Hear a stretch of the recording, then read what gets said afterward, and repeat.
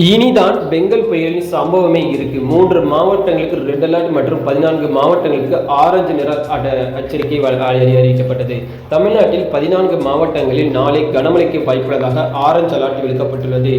வானிலை மையம் வெளியிட்டுள்ள அறிவிப்பில் தென்மேற்கு வங்கக்கடல் பகுதியில் நிலவும் பெஞ்சல் புயல் வடமேற்கு திசையில் நகர்ந்து பார்த்தீங்கன்னா 30ஆம் தேதியாவது புயலாக வலுப்பெற்று புதுவையிலிருந்து சுமார் கிழக்கு 120 கிலோமீட்டர் தொலைவிலும், சென்னையிலிருந்து தென்கிழக்கு 110 கிலோமீட்டர் தொலைவிலும், நாகப்பட்டினத்திற்கு வடக்கு 200 கிலோமீட்டர் தொலைவிலும் நிலை கொண்டுள்ளது என தெரிய வந்துள்ளது. அதே சமயம் புயலை கரையை கடந்த சமயத்தில் 70 கிலோமீட்டர் முதல் 80 கிலோமீட்டர் வரையில் பார்த்தீங்கன்னா காற்று வீசியது. குறிப்பாக சொல்ல வேண்டும் என்றால் தமிழகத்தில் பார்த்தீங்கன்னா இன்று கிட்டத்தட்ட விழுப்புரம், கள்ளக்குறிச்சி, கடலூர், சென்னை, திருவள்ளூர், செங்கல்பட்டு, காஞ்சிபுரம், ராணிப்பேட்டை, திருவண்ணாமலை, தருமபுரி, சேலம், பெரம்பலூர், அரியலூர், தஞ்சாவூர், திருவாரூர், மயிலாடுதுறை மற்றும் நாகப்பட்டினம் மாவட்டங்களில் கன முதல் மிக கனமழை பெய்ய வாய்ப்புள்ளது. நாளையை பொறுத்தவரை பார்த்தீங்கன்னா நீலகிரி, கோயம்புத்தூர், திருப்பூர், திண்டுக்கல் மற்றும் ஈரோடு மாவட்டம்,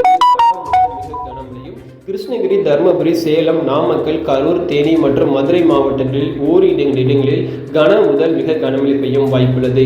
அது மட்டும் இல்லாமல் சென்னையை பொறுத்தவரை அடுத்த 24 மணி நேரத்திற்கு பொதுவாக நகரின் ஒரு சில பகுதிகளில் மட்டும் கன முதல் மிக கனமழையும் ஓரிரு இடங்களில் அதிக கனமழை பெய்ய வாய்ப்புள்ளது. அதிகபட்ச வெப்பநிலை 20 டிகிரி செல்சியஸ் மற்றும் குறைந்தபட்ச வெப்பநிலை 21 டிகிரி செல்சியஸை எட்டி இருக்கும்.